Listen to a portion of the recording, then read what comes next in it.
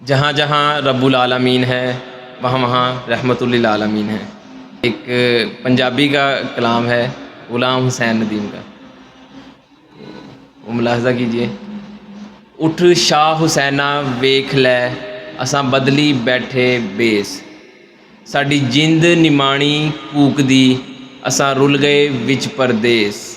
साडा हरदम जी कुरलान दा साडी नीर वगावे अख, असां जींदे जांदे मर गए साडा माधू होया वख। सानू सप समय दा डंग दा सानू पल पल चढ़िया जहर, साडे अंदर बेले खौफ दे साडे जंगल होए शहर। असां शो गमां विच डुब गए साडी रुड़ गई नो पतवार, साडे बोलन ते पाबंदियां साडे सिर लटके तलवार। असां उत्तों शांत जापदे साडे अंदर लगी जंग, सानू चुप चपीता वेख के पे आखण लोक मलंग। असां पैरी पा लए घुंघरू साडी जिंद पावे धमाल, साडी जान लबां ते अपड़ी हुण छेती मुख विखाल।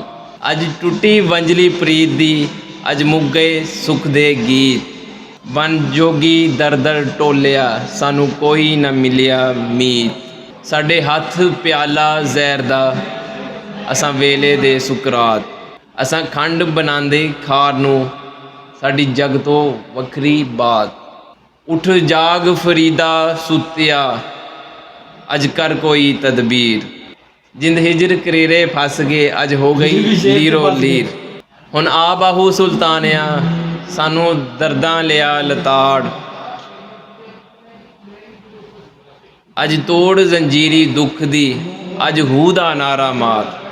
अज पै गया काल प्रीत दा अज नफरत कीता जोर, कर तत्ता लोगड़ प्रेम दा साडे जुस्से करो टकोर।